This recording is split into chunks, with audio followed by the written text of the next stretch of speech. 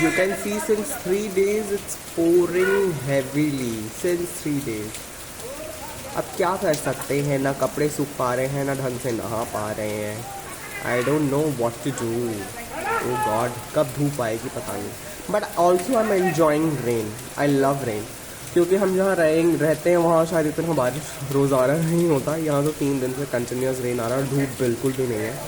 तो कपड़े सूखने की बस प्रॉब्लम है एंड बाकी सब कुछ बहुत मज़े में हो रहा है. देखिए अब कैसे बच्चे खेल रहे हैं फुटबॉल.